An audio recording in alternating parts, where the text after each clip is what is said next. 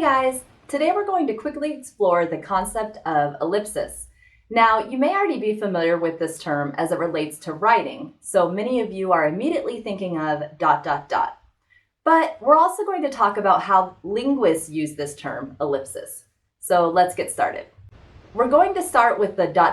ellipsis. We use this ellipsis primarily for two reasons. One reason is that we want to represent a pause in writing, such as in, I think it will be fine, ... as long as multiple people can play the game. Either one of these will work, ... thank you. And also, ... I miss you. Each of these are actual text messages I've received. In fact, when I searched my text messages to find examples of ... I got a ton of results. I actually didn't realize how much people were using it in messages until I searched for it. But you can see that the ellipsis seems to act as a pause between thoughts.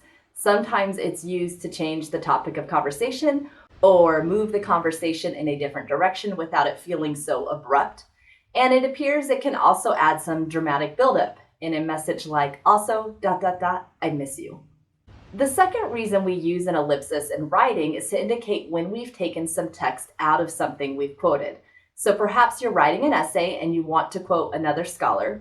So you found a quote like this, and you don't necessarily want to include all of it in your paper, just a few key parts of it. So you use an ellipsis to replace the text you removed. And here you're still quoting the person, you're still using their words, but you're also telling the reader that you've also intentionally left some of the words out. It communicates that you've deleted some of the text. So that was just a review of the ... that you're familiar with, but that's not necessarily what we're going to cover in this video. We're going to now look at ellipsis in linguistics, and in some ways it's a similar concept to what we just covered in that it has to do with omitting one or more words from a sentence. But the words we omit are understood from the context of what we're saying. So we're omitting words so that we don't have to repeat ourselves. This is incredibly common, and I bet you've never given it a second thought. A lot of times this happens with questions.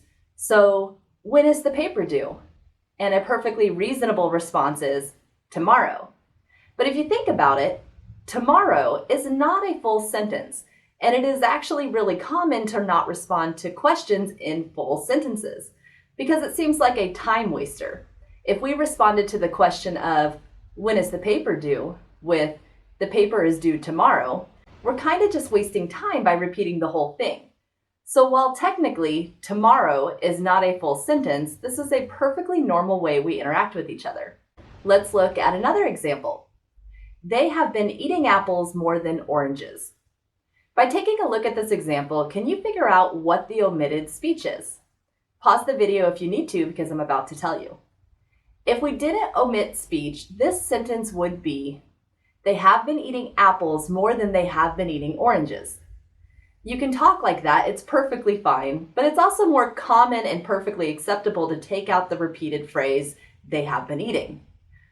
So earlier I said an ellipsis in linguistics is the process of omitting or deleting information that is already made available in the context. So from the first clause, they have been eating apples, we already have the information of the subject, they, and the verbs, have been eating. So this is the context that allows us to omit the information in the later part of the utterance. Some more examples. When? I don't know, but John will definitely call.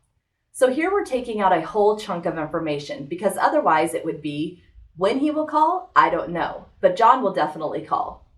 And what about Fred did 3 difficult tasks, but Susan had done only 2? 2 what? 2 difficult tasks.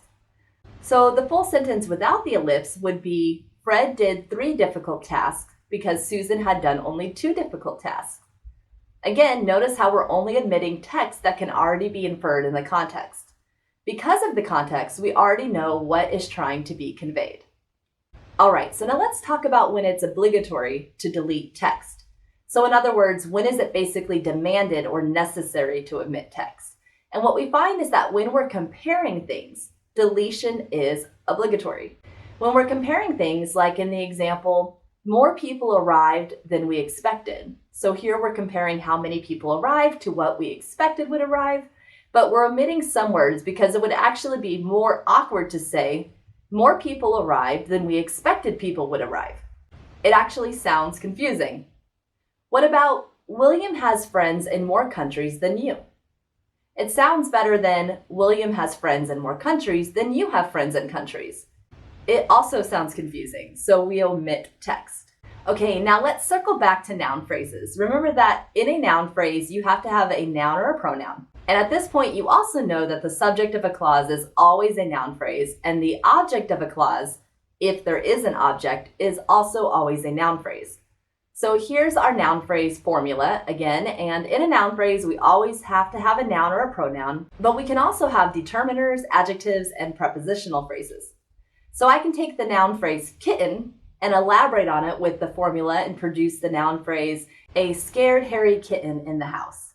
So that's a review of noun phrases, so we can now look at these next two examples. Let's look at the sentence, I ate the leftover cookies. So real quick, I is the subject, ate is the verb, and the leftover cookies is the object. Awesome. Okay, so let's just look at the object in this example. The object is the leftover cookies. And the is a determiner, leftover is an adjective, and cookies is the noun. The word leftover is an adjective because it modifies the noun, meaning it describes something about the noun cookies and modifies how you think about the cookies. Now, let's say you're in the kitchen with your kids and they're in the kitchen looking for the cookies because they know there were some left over from yesterday when you baked them. So they're looking for the cookies but can't find them. So you might say, I ate the leftovers. Because of the context, the kids understand that when you say leftovers, you're referring to the cookies. So you omit the word cookies. Now, when you look closely at this next utterance, you'll notice that our object changed. We still have the determiner the, but leftover is no longer an adjective. In this example, leftovers is our new noun because we need a noun in the object position. And we do this in English a lot, and I just wanted to point out that it can make it difficult to categorize words as nouns and etc. by just looking at the words. You have to see how it's being used in the sentence in order to determine whether that's a noun. Let's look at another example. Some people aren't going. So in this sentence or clause, the subject is some people and the verb is aren't going. There is no object. And when we look closely, we see that some is a determiner and people is a noun. Awesome. Now, what if we took people away? Our sentence would be some aren't going. So we took away people, and we can do this in a context where the people we're talking to know that we're talking about people. So instead of saying some people, I can just say some. But when we take away the noun people, we have a new noun, some. So our determiner becomes a noun. My overall goal of telling you this is to help you become better observers of language, both in speech and writing. I want you to start observing how we omit words when we communicate. This is a standard way of communicating. If you've watched my video on linguistic competence and hypercorrection, you can relate that to this topic in two ways. First, the process of omitting words when we speak and knowing which words we can omit is a sign of linguistic competence. This is a sign of someone who understands the language. We're not randomly omitting words. We know which words we can omit and which words we can't omit in order to communicate effectively. Secondly, not omitting words when we can may be an example of hypercorrection. If you recall, hypercorrection can be when we forcefully apply non-standard forms in our communication.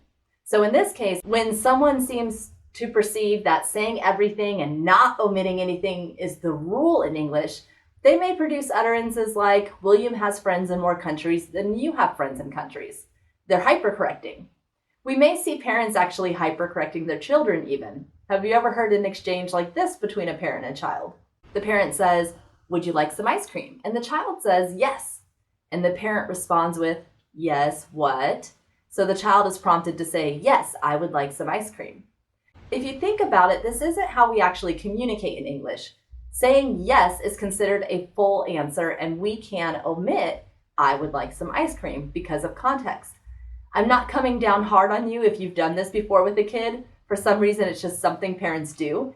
But it is an example of hypercorrection in that the parent is having the child hypercorrect. They're having the child produce an utterance that is non-standard, because standard would be omitting the words. Finally, you saw that omitting some words can change the parts of speech. So you saw earlier that sometimes an adjective can become a noun, or a determiner can become a noun when we omit words. So it's good to keep knowledge of noun phrases in your head because it will help you identify how words are functioning in a sentence.